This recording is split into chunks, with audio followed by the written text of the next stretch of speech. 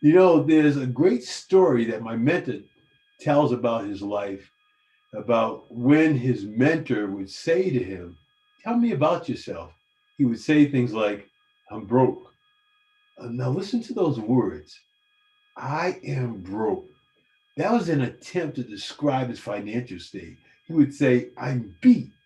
And what he was trying to articulate was the condition of his physical body. He was exhausted because he had been up all night cleaning toilets and working hard. Whenever he would make a mistake on a computer, he would say, "Oh, I'm stupid." If you use all these type of "I am" statements, and certainly some of us do, don't get upset with yourself now that you're aware of them.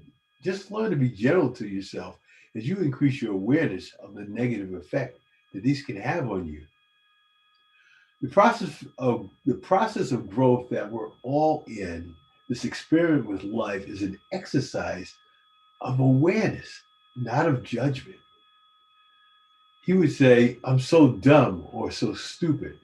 What he was doing was he was trying to describe his behavior as maybe his behavior was careless, or maybe he had poor judgment.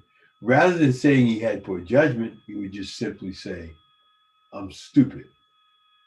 I can remember a story that a friend of mine mentioned about his sister being clumsy, and every time she would knock something over, her mother would say, "You are so clumsy." It's like from then on, she had heard her mother say that so many times that it was like sometimes we call a self-fulfilling prophecy. Now, I know when I use language like that, sometimes it offends Christian followers, but please don't get offended. But we live in a metaphysical world. So listen to the metaphysics of self-fulfilling prophecy. We allow that to just roll off our tongue. Oh, it's a self-fulfilling prophecy. We don't realize, yeah, it is a self-fulfilling prophecy.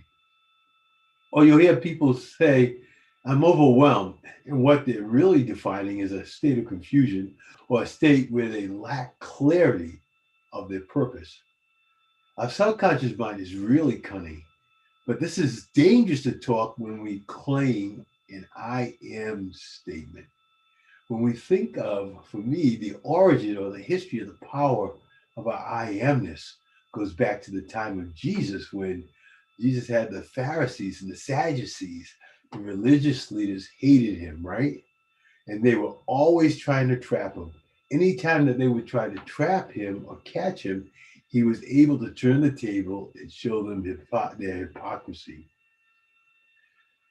There's a time where he's drawing in the dirt, and they bring the woman who's an adulterer, and she would be stoned, and he says, "Those without sin cast the first stone." And every single time, and he's beginning to get all these followers. And of course, they don't want that. They're trying to control the people. They're trying to have leverage over the people. It wasn't until he began to claim his "I amness" that's when he went from a nuisance to there being a stone in a shoe to a plot to kill him.